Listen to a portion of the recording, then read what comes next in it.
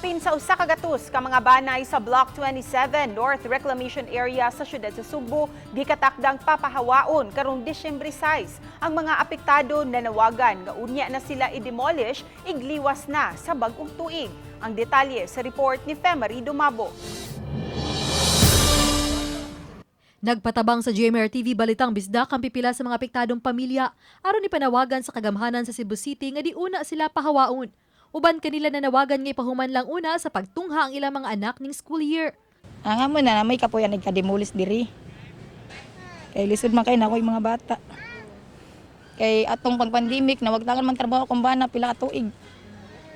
Wala man siya ikuan, ipaundang man siyang amo. Mo na wala di ko kalihok.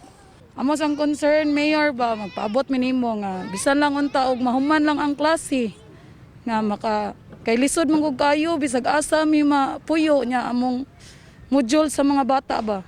Apan ang hepe sa Prevention, Restoration, Order, Beautification, Enhancement o Probe Team, Raquel Arce, ni pasabot nga kapin tulo ka tuig na sila nihatag og lugway sa mga pamilya nga makabalhin na sila gyud nga relocation site. Gani ning Nobyembre gyud unta himuon ang demolisyon. Apan gihatagan sila og laing napo ka adlaw nga lugway. Sa phone interview, gipasabot ni Arce nga luna iya sa gobyerno ug gihimo lang nga temporary shelter alang sa mga biktima sa sunog ug mga na-demolish 5 ka tuig na ang nakalabay. Maong kinahanglan na silang mapahawa kay gikatakda kining patukuran og building sa City Disaster Risk Reduction and Management Office ug Evacuation Center. Sumapan hatagan na usab ang mga mulupyo ug kabalhinan.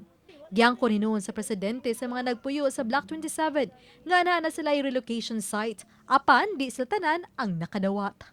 Ulos yun na nga, buwan, nagdagan na yun ang rason.